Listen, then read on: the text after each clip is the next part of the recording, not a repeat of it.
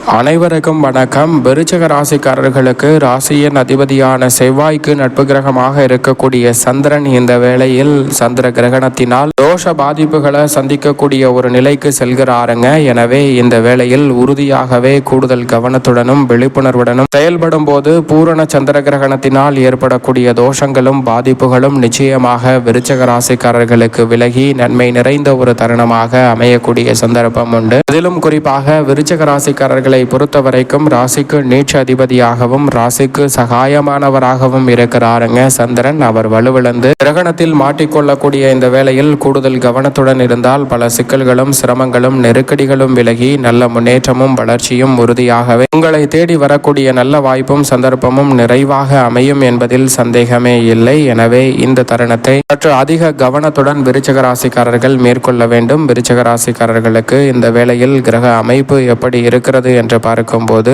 உறுதியாகவே இந்த தருணத்தில் சந்திரன் மிகவும் வலுவாக தொழில் ஸ்தானமாகிய 10ஆம் இடத்தில் விளம்பெறுகிறாருங்க. அதே போன்று உஷ்ண கிரகமாக இருக்கக்கூடிய சூரியன் மிக வலுவாக 4ஆம் இடத்தில் விளம்பெறுகிறார். அவருடன் இணைந்து ராகு புதன் போன்ற கிரகநிலைகள் மட்டுமல்ல, ராசியின் அதிபதியான செவ்வாயும் 4இல் இருக்கிறார். 4இல் இந்த கிரகநிலைகள் இருக்கும் போது 10இல் சந்திரன் இருக்கிறாருங்க. எனவே தொழில் ரீதியாக அதிரடியான முடிவுகளை எடுக்கக்கூடிய விஷயங்களில் கவனத்துடன் இருக்க வேண்டும். அதற்கு பிறகு நன்மை நிறைவாக உண்டு என்றாலும் கூட இந்த தருணத்தில் சற்று கூடுதல் கவனத்தை செலுத்த வேண்டிய ராசிகளில் ஒன்றாக தான் விருச்சிக ராசி உறுதியாகவே பார்க்கப்படுகிறது. அஷ்டமத்தில் குரு இருக்கிறார். சனி பகவான் முழுமையாக 5ஆம் இடத்தில் இதற்கு பிறகுதான் அமரப்போகிறார். சுக்கிரன் இதற்கு பிறகு உச்சம் பெறுகிறாருங்க. எனவே கிரகநிலைகளின் அமைப்பில் அதிரடியான மாற்றம் கிரகணத்திற்கு பிறகு நடைபெற இருக்கிறது. எனவே கிரகணம் நடைபெறக்கூடிய வேளையில் சற்று கவனத்துடன் இருப்பது அதிர்ச்சிகளை தவிர்த்து நன்மை நிறைந்தவையாக மாற்றிக் கொடுக்கும். விருச்சிக ராசிக்காரர்களுக்கு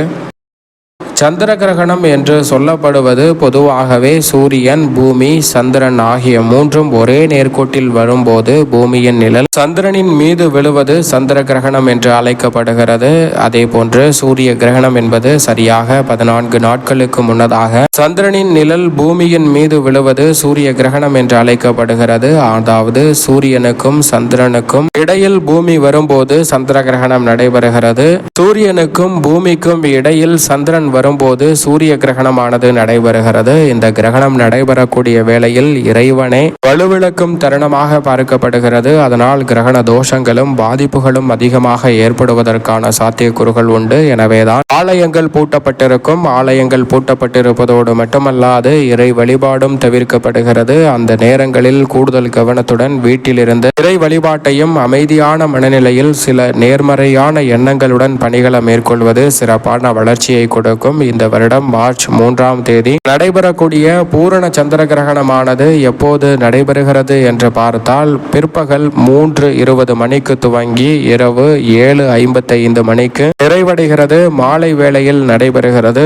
சந்திர கிரகணம் உச்சம் அடையக்கூடிய நேரம் 5:05 மணியாக பார்க்கப்படுகிறது. 5 மணி 5 வினாடிகளில் இந்த முழுமையான உச்ச நிகழ்வானது நடைபெற போகிறது. எனவே அந்த நேரங்களில் கூடுதல் கவனத்துடன் இருக்க வேண்டும். இந்த தருணத்தில் குறிப்பாக இந்த வருடத்தில் மாலை வேளையில் ஏற்படக்கூடிய இந்த கிரகணத்தினால் நிச்சயமாக வெளியில் சுற்றுவது பயணங்களை மேற்கொள்வது போன்றவற்றை தவிர்ப்பது நல்லது. ஆனால் மாலை நேரத்தில் பணிகளை முடித்து வீடு திரும்பக்கூடிய வேளையில் பள்ளி கல்லூரிகளை முடித்து வீடு திரும்பக்கூடிய வேளையில் கிரகணம் நடைபெறுவதால் அந்த பயணங்களை தவிர்க்க முடியாத ஒரு சூழலும் இருக்கிறது. எனவே கிரகணம் நடைபெறக்கூடிய வேளையில் பயணங்களை தவிர்க்க முடியாத தருணத்தில் மேற்கொள்ள வேண்டும் என்றால் கிரகண தோஷங்களை தவிர்க்கக்கூடிய தர்பை மற்றும் துளசி போன்றவற்றை உடன் இழுத்து செல்வது கிரகண தோஷ பாதிப்புகளை உறுதியாகவே குறைக்கும். அது மட்டுமல்லாது கூர்மையான ஆயுதங்களை பயன்படுத்தி செய்யக்கூடிய பணிகள், காய்கறி வெட்டுதல், சமைத்தல் போன்றவற்றை மேற்கொள்ளக்கூடாது. குளித்தல் போன்றவற்றையும் கிரகணம் நடைபெறக்கூடிய நேரத்தில் மேற்கொள்ளக்கூடாது. கிரகணம் முடிந்ததற்கு பிறகு உறுதியாகவே வீட்டை சுத்தம் செய்துவிட்டு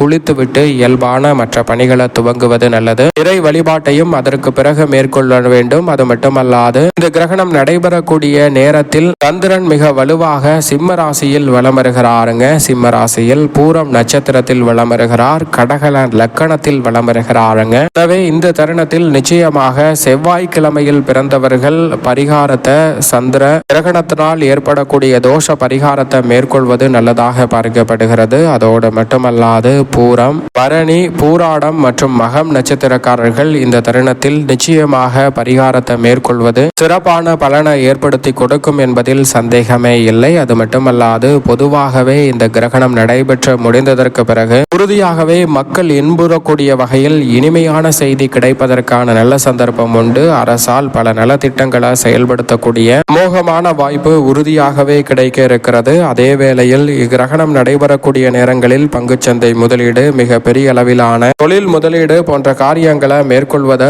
உறுதியாகவே தவிர்க்க வேண்டும். ஏனென்றால் எதிர்மறையாக அமையக்கூடிய சாத்தியக்கூறுகளும் உண்டு. அதே போன்று இயற்கை ரீதியாக சில பிரச்சனைகள் வரலாம். அது மட்டுமல்லாது நாடுகளுக்கிடையே ஏற்படக்கூடிய போட்டி மனப்பான்மை என்பது சில பிரச்சனைகளை அதிதீவிரமாக மாற்றுவதற்கான சந்தர்ப்பத்தையும் உருவாக்குகிறது. எனவே கிரகணத்தின் போது கூடுதல் கவனத்துடன் இருப்பது நல்லது. அதோடு மட்டுமல்லாது பொருட்களும் விலைவாசியும் உயரக்கூடிய சந்தர்ப்பமும் இருக்கிறது. கூடுதல் கவனத்துடன் இருக்க வேண்டும். அதே சமயம் இந்த தருணத்தில் அதிக நன்மைகளை பெறக்கூடிய ராசியாக எவையெல்லாம் அமைய போகிறது, ராஜ யோகம் என்று சொல்லக்கூடிய வகையில் எந்த ராசிக்காரர்களுக்கெல்லாம் இருக்கிறது என்று பார்த்தால் உறுதியாகவே இந்த சந்திர கிரகணத்தின் காரணமாக மேசராசி, ரிஷபராசி, சிம்ம ராசி மற்றும் மீன ராசி ஆகிய ராசிக்காரர்களுக்கு ராஜயோகம் என்று சொல்லக்கூடிய வகையில் சிறப்பான வாய்ப்புகள் உண்டு. மேச ராசிக்காரர்களுக்கு புதிய தொடக்கமும் திடீர் வாய்ப்பும் உண்டு. சிம்ம ராசிக்காரர்களுக்கு பதிவையும் மரியாதையும் உயர்வும் கிடைக்கும். மீன ராசிக்காரர்களுக்கு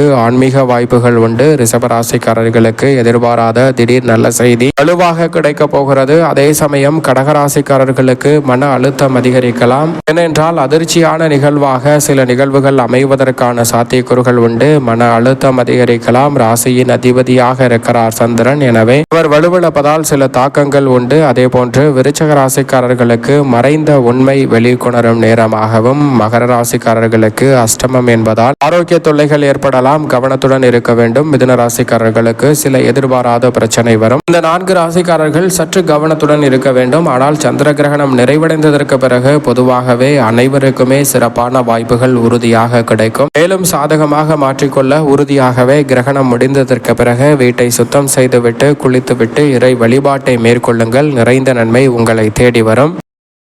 விருச்சக ராசிக்காரர்களுக்கு இந்த தருணத்தில் மனதில் ஏதாவது ஒரு குழப்பமும், மறைத்து வைக்கப்பட்ட ரகசியங்கள் வெளிக்கொணரக்கூடிய சந்தர்ப்பமும் உண்டு. எனவே கூடுதல் கவனத்துடனும் நிதானத்துடனும் பொறுமையுடனும் செயல்பட்டால் பல சிக்கல்கள் நிச்சயமாக விலகும். மன தைரியம் அதிகரிக்கக்கூடிய ஒரு தருணமாக இந்த வேலை அமைய போகிறது. வெளியே தெரியக்கூடாது என்று மறைத்து வைக்கப்பட்ட சில ரகசியங்கள் இந்த தருணத்தில் அம்பலப்படுவதற்கான சாத்தியக்கூறுகள் உண்டு. எனவே கவனத்துடன் இருந்தால் அவற்றை தவிர்த்து நன்மை நிறைந்தவையாக நிச்சயமாக மாற்றிக்கொள்ளக்கூடிய நல்ல சந்தர்ப்பம் உங்களை தேடி வருகிறது என்பதில் சந்தேகமே இல்லை. எதற்கெடுத்தாலும் முன்கோபத்துடன் பணிகளை மேற்கொள்வதை தவிர்த்தாலே நல்ல மாற்றம் நிச்சயம் இந்த தருணத்தில் சந்திர கிரகணத்திற்கு பிறகு விருச்சக ராசிக்காரர்களுக்கு உண்டு. நிதானத்துடன் இருந்தால் வெற்றி நிச்சயம் உங்களை தேடி வரும்.